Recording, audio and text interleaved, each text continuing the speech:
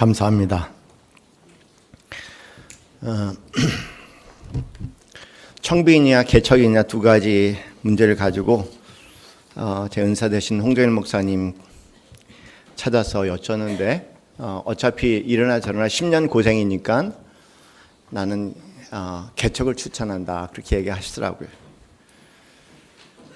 어머님이 늘 하시는 말씀이 목사는 개척을 해야지 목사가 된다. 저는 신학교를 졸업하면 목사가 되는 줄 알았는데 저희 집은 개척을 많이 하는 집안입니다. 그래서 개척을 굉장히 자랑스럽게 생각하고 그 많은 과정을 보시면서 아마 뜻이 있어서 하신 말씀인 것 같아요.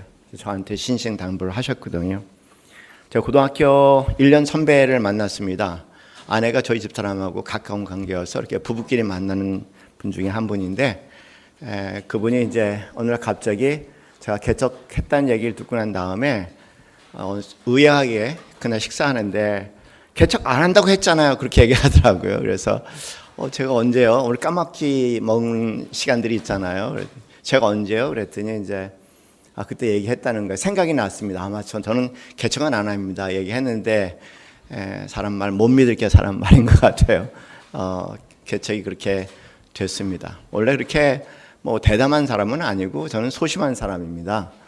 뭐 믿음도 뭐 북돋으려고 노력은 하지만 원래 태생이 좀 소심해서 믿음도 잘 안 생기는 사람이 개척을 하려니까 참 만만치가 않았던 것 같아요. 그래서 늘 기억나는 게 남서울 은혜교회 고별 설교를 하면서 마지막 말이 그 얘기였습니다. 저는 절벽에서 뛰어내립니다. 그저 뛰어내리라고 하시니 뛰어내릴 뿐입니다. 그 아래 안전망이 있는지 없는지는 모르겠습니다. 성공이라고 한다면 그것이 성공이라고 생각합니다. 나는 뛰어내렸습니다. 그리고 나는 이미 성공했습니다. 그게 제가 마지막 설교였습니다. 지금도 그래요. 저는 성공했다고 생각합니다. 왜냐하면 뛰어내렸기 때문에. 결과는 저는 관심 없어요. 저한테는 아마 결과보다는 그것이 더 중요하기 때문에 뛰어내렸다는 것 자체에 대해서 저는 성공이라고 생각하고 뭐 교회가 잘 되든 안 되든 none of my business라는 표현이 있지 않습니까? 내 일이 아니고 하나님이 하시는 일이고 나는 뛰어내렸다는 것만 늘 기억하고요. 누가 뭐래도 저는 개인적으로 제 자신에 얘기합니다. 노상원 너는 성공했어. 여러분 번지점프 아무나 뛰어내리는 거 아니잖아요. 그래서 저는 번지점프를 볼 때마다 나는 성공했어. 그런 얘기를 하게 됩니다.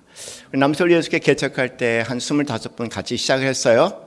근데 지금 남은 건 한 10분 남으셨습니다. 여러분 성공하셨습니다. 남서울 예수교회 함께 시작하신 분들 다 성공하신 분입니다. 정말 성공한 사람입니다. 잊지 않으시기 바랍니다. 여러분 우리 정장님 얘기한 것처럼 큰 교회에서 이렇게 개척회로 뛰어내린다는 것은 아무나 할 수 있는 일은 아니에요. 제정신이 아니거나 성령의 감동을 받거나 둘 중에 분명히 하나일 겁니다. 그러나 생각해 보시면 참 좋을 것 같아요. 이 지구 땅 위에 어느 한 교회를 개척하는데 내 삶이 사용됐다는 것, 그것처럼 사실은 영광스럽고 그것처럼 성공이 뭐가 있을까? 개인마다 성공에 대한 정의는 다르지만 저는 그렇게 생각을 하고 함께 여기까지 와주신 우리 특별히 개척 멤버들 진심으로 감사드리고요. 계속 이 교회가 아름답게 성장하기를 바랍니다. 폴란드에 유명한 전설이 있습니다. 폴란드에 그 크라코우라는 마을이 있대요. 거기에 이제 시몬이라는 그런 사람이 살고 있었습니다. 근데 이상하게도 시몬이 밤마다 꿈을 꾸는 거예요. 아주 생생합니다. 그 내용은 폴란드인데 체코의 프라하의 다리 밑에 내가 보물을 감춰놨으니까 가서 체코의 프라하의 다리 밑에 보물을 캐라라는 거예요.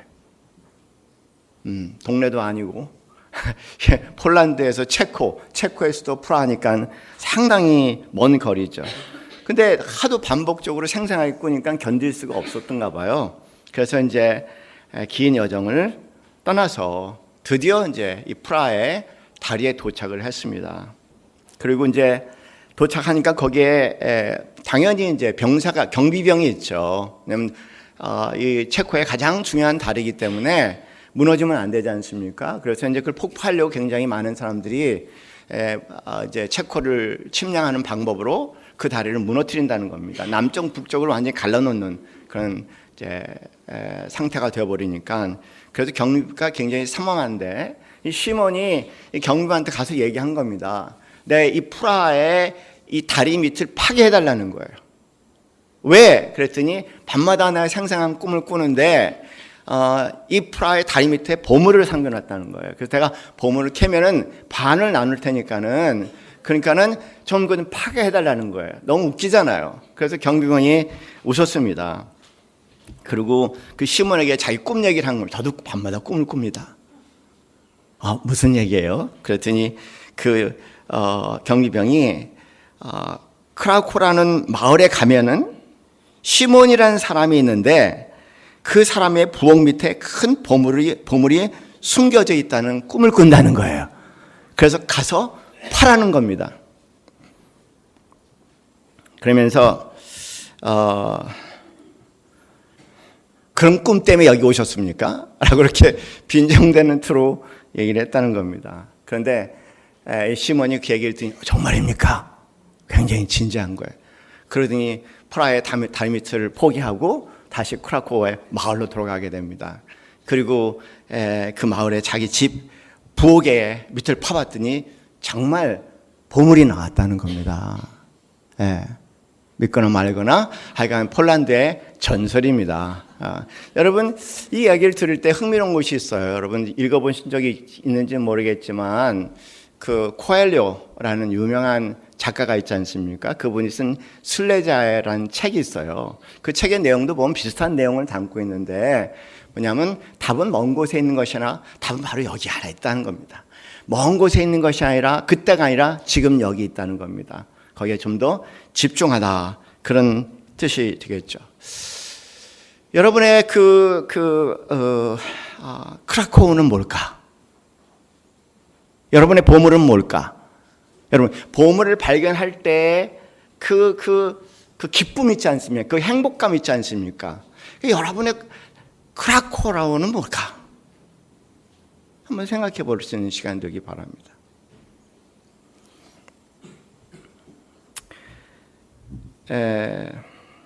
개인적으로 긴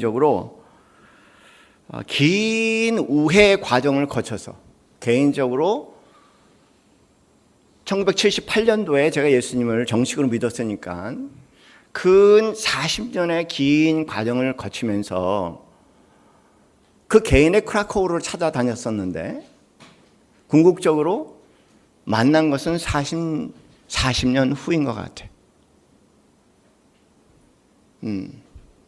아마 남서울 예수교회 성도님들이, 제가 맨 처음에 남서울 예수교회 올해 시작할 때 왜 이걸 시작했을까?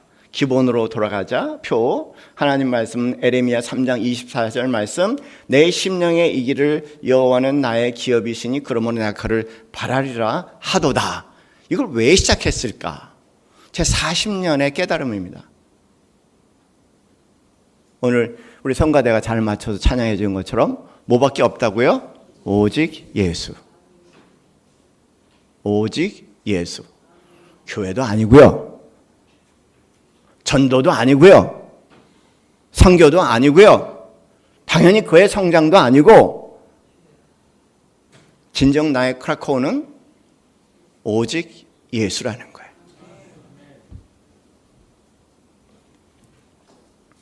아마 여기 지금 야곱도 그렇죠. 야곱의 진정 크라코우는 베델입니다. 베델에서 만나고 만나는 하나님.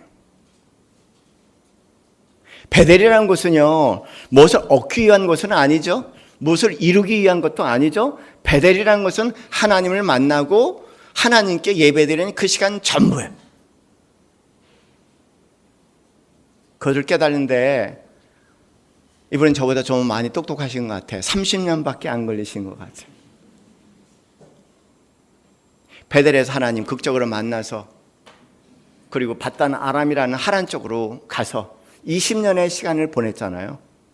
20년의 시간을 보내고 베델로 돌아가다가 또 가지 않고 세겜이라는 곳에 한 10년 또 머무르다가 드디어 거기에서 더 이상 머무를 수 없는 상황이 돼서 베델로 가서 극적으로 하나님을 만나는 새롭게 시작하는 삶을 오늘 본문 말씀에 기록을 하고 있습니다. 살다 보면 이런저런 위기가 있어요. 우린 시험이라고 얘기를 하죠. 야고보서 1장 말씀 보면은 너희가 여러 가지 시험을 만나거든 온전히 기쁘게 여기라 그렇게 말씀하시면서 그 시험의 목적은 그 시험의 과정을 통해서 진정 만나야 할 크라코 진정 만나야 할 참된 행복 그 과정이라는 것을 가르쳐 주신다는 겁니다. 야곱 어려운 시간 많았어요. 어쨌든 누구의 탓인지는 모르겠지만 잘못했어. 그래서 장자권을 가지려고 하다가 목숨의 위협을 받게 되는 거지 아니겠습니까? 그래서 도망가서 그냥 36개 주랑난을 친 거예요. 살기 위해서. 바담 아람이라는 외삼촌 집에 가서 정말 어려운 시간들 많았어요. 속고 속이고 속고 아슬아슬한 시간들 20년을 보냈습니다. 그리고 이제 이제는 어머니도 돌아가셨고 아버님도 보고 싶고 그리고 이제는 내가 더 이상 여기에 있어야 할 이유가 없다는 생각이 들고 거기를 떠나는 시간도 매우 위기의 순간이었습니다. 몰래 떠났다는 얘기를 듣고 그리고 라반이 외삼촌이 사람을 끌고 오지 않습니까? 거기에 아슬아슬하게 죽을 뻔했어. 그런데 또 하나님께서 베델을 얘기하시면서 네가 베델로 가야 된다. 걱정하지 말아라. 그 위기를 또 베델을 생각하면서 극복하게 됩니다. 그리고 그 순간에서 벗어나자마자 또 큰 걱정거리가 있어. 뭐냐면 에서. 결과적으로 에서 때문에 도망 나왔는데 에서가 올 거라는 생각이 들은 거예요. 머리를 굴리고 굴려서 여러 가지 작전 계획을 했다는 걸 지난 시간에 말씀을 드렸죠. 그러나 400명의 군대를 끌고 에서가 달려옵니다. 끝이에요. 아내는 물론이고 아이들은 물론이고 가축은 물론이고 자기까지 마지막 죽게 된다는 것을 직감을 한 거죠. 네 번째 위기예요. 그렇게 거기에 또 베델의 하나님이 나타나셔서 베델을 얘기하시는 거죠. 넌 베델로 가야 된다. 그래서 거기를 또 극복을 합니다. 그런데 베델을 가야 되는데 왜 또 세겜이라는 곳에 가다가 말고 10년을 머물고 있었어요. 10년. 이유는 여러 가지일 것 같아요. 뭐냐면 아직도 에서에 대한 두려움이 있으니까 좀 기다리자. 그런 시간도 있었고 그렇지 않으면은 또 그곳에 살만한 곳이어서 베델까지 안 가도 될 만한 안락하고 안전한 장소였던 것 같아요. 뭔가 되는 대로 이루어지는 듯한 그런 성공이라는 것을 보장하는 듯한 그런 장소였는지 또 안 떠났습니다. 거기를 한 10년. 그리고 네 번째 위기에 절대절명의 위기에 또 부딪히지 않습니까? 10년 있다가 보니까는 그 집에 딸 야곱의 딸 디나가 있는데 디나가 예쁘장한가 봐요. 그 지역 세켐의 주인 되는 그 부족장의 아들 세겜이 바로 이제 디나를 탐낸 겁니다. 그래서 그냥 데려가면 안 될 것 같아 갖고 그래서 보쌈을 씌워서 강탈을 한 거예요. 그리고 이제 몸은 그렇게 됐으니까 버렸으니까는 그랬으니까 이제 결혼 포기할 수 없을 거라고 생각하는데 단호하게 거절하는 거예요. 아무리 그랬다고 해도. 그러나 야곱의 가정은 굉장히 분노했죠. 엄청나게 자존심이 상했습니다. 우리가 힘이 없다 의리라고 해서 우리 이럴 수가 있냐. 야곱은 고민을 많이 하는 거예요.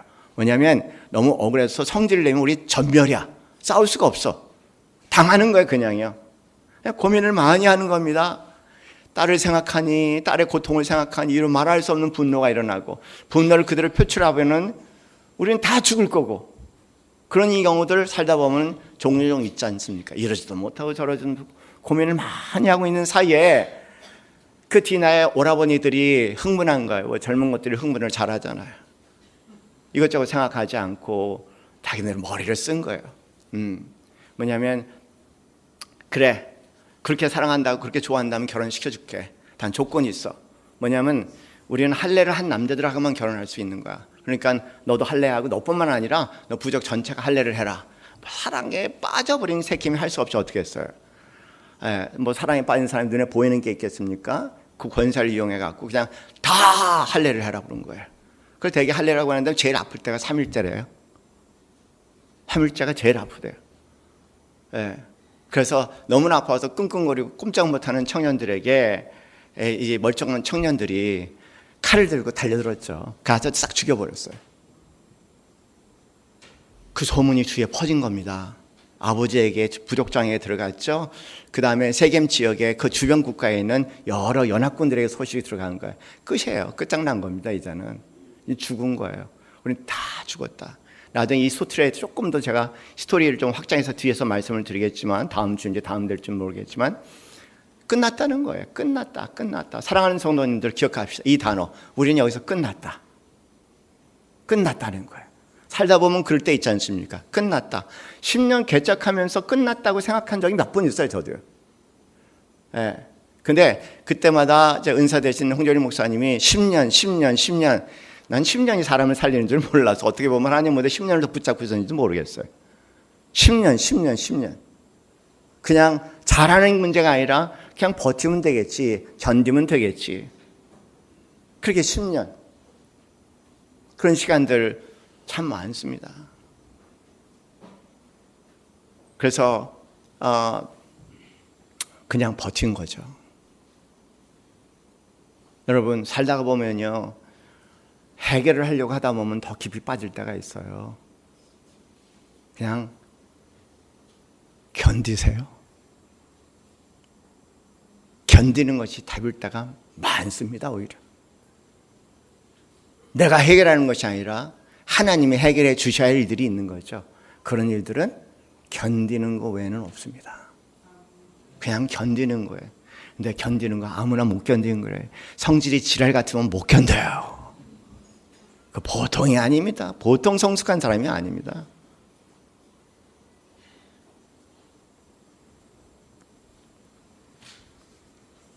그때요, 또 하나님이 나타나셨어.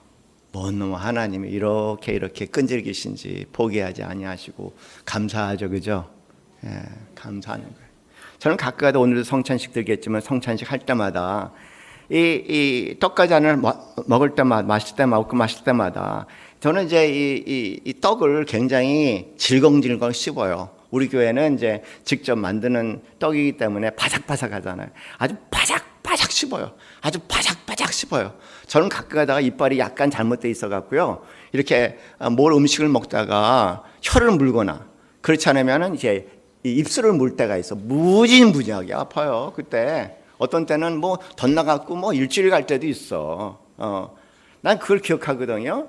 그래갖고 떡을 먹을 때마다 아주 바삭바삭 씹어. 누구를 씹어? 예수를 씹어. 예수님이 얼마나 아프실까? 예수님이 얼마나 아프실까? 나 한 번 씹으면 아픈데 예수님이 얼마나 나한테 많이 씹으셨을까? 얼마나 아프실까? 그럴 때마다 나 씹는 사람 자유할 수 있어. 나도 주님이 이렇게 씹었는데, 나를 견디시는데 네가 나를 씹는다고 내가 왜 못 견디겠냐. 그 은혜가 참 감사한 것 같아요. 자식이 씹어도 견디시는 여러분 되시기 바랍니다. 배우자가 씹고 목사가 꼭 씹고 성도가 씹고, 인생은 알고 보면 많은 사람들이 씹는 맛에 사는 것 같아요. 씹혀주시는 여러분 되기 바랍니다. 그 안에 하나님의 은혜 경험하시기 바랍니다.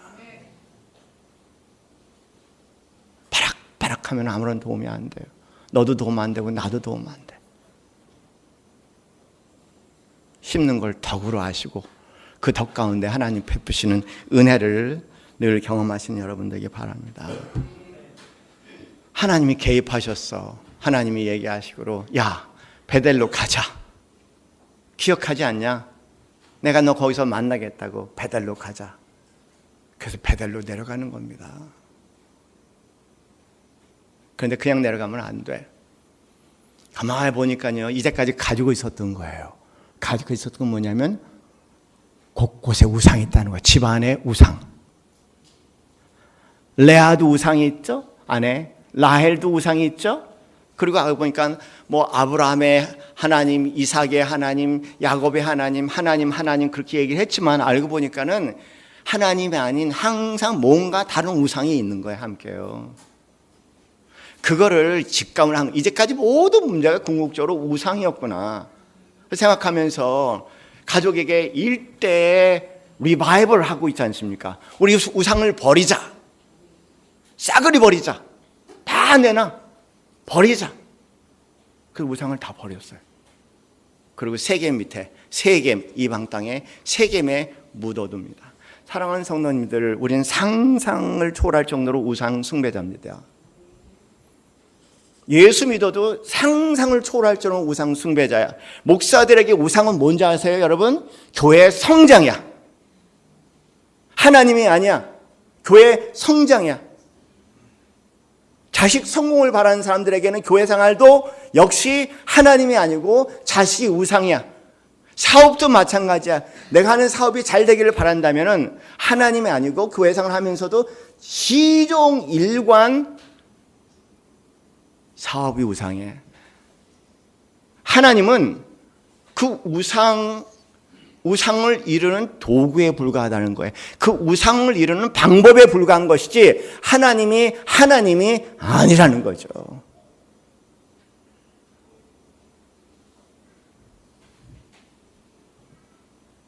그거를 야곱이 직감을 했어요. 우리 안에 우상이 많고 이젠 더 이상 이거하고 작별해야겠다. 그리고 떠납니다.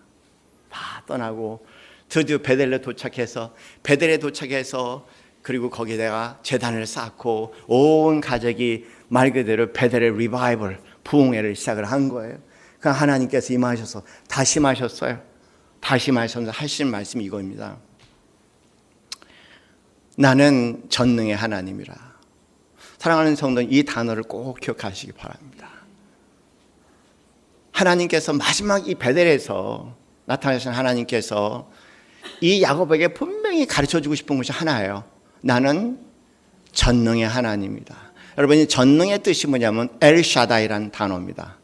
엘샤다이. 엘은 항상 하나님이야. 샤다이라는 것은 뭐냐면은 충족한, 만족하냐. 그래서 엘샤다이 하나님이 우리에게 요구하는 것은 이겁니다. 나 하나로 만족하라는 거예요. 내가 가져다 주는 것이 아니라, 내가 이루어지는 것이 아니라 그게 필요할 때가 있다는 거예요. 어린아이에게는 어린아이의 신앙이 필요하고 성숙한 사람에게는 성숙의 신앙이 필요해. 어린아이는 어른의 신앙을 이해 못하고 어른은 아이의 신앙을 이해 못해. 어린아이의 신앙은 할 수 없어. 유물론주의자들이야. 그래서 뭔가 하나님께서 뭔가 내가 원하는 걸 주셔야지 하나님이 있다는 걸 인정하는 신앙이야. 그건 잘못됐다고 말씀드린 것이 아니에요. 성장하는 과정에 꼭 필요해. 하나님은 꼭 해결사가 되어주셔야 돼. 뭐 하나 해결해 줄 때마다 살아계신 하나님, 내가 원하는 걸 가져줄 때마다 계시는 하나님을 계속 경험을 해 나가야 돼. 그러다 보면 인생을 살다 보면요, 아무리 내가 기도를 해도 이루어지지 않으실 때가 있어. 그때 하나님께서 하시는 말씀이 뭔지 알아요? 충분히 가졌지 않냐? 충분히 다 가져봤고 충분히 다 늘어났고 충분히 다 해결했지만 너는 아직도 그 자리에 있지 않냐는 겁니다. 내가 원하는 것은 뭐냐? 야곱이 찾는 야곱의 하나님이 아니라 이스라엘의 하나님 어떤 하나님이냐? 엘샤다의 하나님이에요. 나로 만족하는 국가가 되라는 거예요. 나로 충족한 국가가 되라는 겁니다. 그게 엘샤다예요. 베델은 이제 바뀌었습니다. 야곱이 기대했던 그 하나님에서 이제는 이스라엘의 하나님. 오늘 본문 말씀 보면 더 이상 너를 야곱이라고 부르지 않겠다, 이스라엘이라고 부르겠다고 얘기하셨잖아요. 그죠? 야곱이라고 하지 않겠다. 다시는 야곱, 무사람 같은 그런 하나님을 도구하고 방법해서 네가 원하는 것, 네가 우상 삼는 걸 취하는 하나님이 아니라 이스라엘의 하나님, 나 자체로 만족할 수 있고 나 자체로 기독될 수 있고 나 자체로 충분한 그 하나님, 그 하나님이 되라는 겁니다.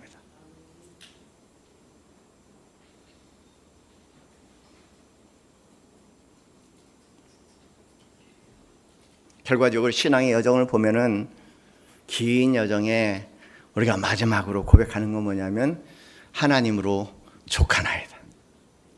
하나님의 임재하심으로 족하나이다. 그 은혜가 우리 남서울 예수께 모든 성도들에게 반드시 있기를 바랍니다. 그렇지 않으면요, 전도서 기자가 말씀한 것처럼 헛되다 하늘 아래 모든 것이 헛되다도 아주 분명해요. 그 사실은 우상 숭배라는 단어 자체가 헛됨이란 겁니다. 허상이야. 우리같이 실상같이 신기루같이 보이지만은 나중에 죽을 때가 되면 알아요. 그것이 얼마나 허상이라는 것을 알고 있습니다. 교회도 허상이요, 전도도 허상이요, 모든 것이 허상이요. 남는 것은 오직 구속한 예수 그리스도 한 분뿐이에요. 그런데 감사한 것은 지금이라도 예수가 전부가 된다면 그냥 예수만 생각하는가? 이유 없이 행복해. 예수만 생각해. 마음에 짐과 수고 다 떨어져. 욕망과 집착과 우상도 다 떨어져. 예수만 생각하면 바보가 되는 거예요. 예수만 생각하면 시실되는 거예요. 예수만 생각하면 전부가 되는 겁니다. 그 은혜가 여러분에게 임하기를 바랍니다. 그냥 상처, 아픔, 고통 예수를 생각하면 없어지는 거예요. 예수를 생각하면 웬 기적입니까?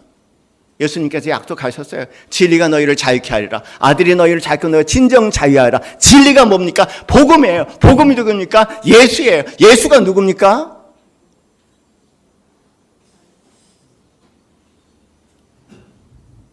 예수 만나면 그분으로 충족하죠.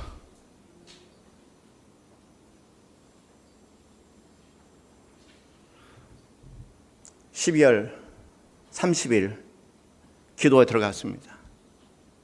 하나님, 이제 내년 표를 말씀을 잡아야 되는데 저는 이렇게 게으른 사람이야. 전 시간 약속 잘 안 지키는 거 우리 남서울 예수교회 성도 잘 아시죠? 좀 늦어요 항상. 평생 데리고 살 놈 중에 하나인 것 같아. 이유는 알 수가 없어. 때가 되면 가르쳐 주시라고 생각하고 데리고 삽니다. 마음으로는 한 30분 일찍 가고 싶은데 꼭 그냥 바로 도착해. 나 그거 바꿔보려고 애를 썼는데 안 돼. 그러면 저는 바꿔보려고 애를 써 안 되면 그냥 하나님의 음성으로 듣기를 익혀 듭니다. 데리고 살아라. 때가 되면 데리고 갈게.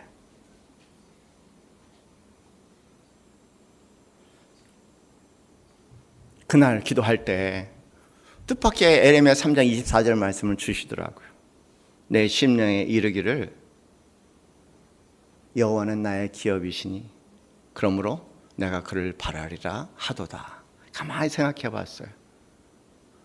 그렇구나. 하나님 임재하심, 하나님 만남, 하나님과 교제, 그분의 빛 가운데 살아가는 것, 그것이었구나. 뭘 해결해 주시는 하나님이 아니라. 그래서 기본으로 돌아가는 게 뭘까요? 남서울 예수교회 앞으로 10년 기본으로 돌아가는 거.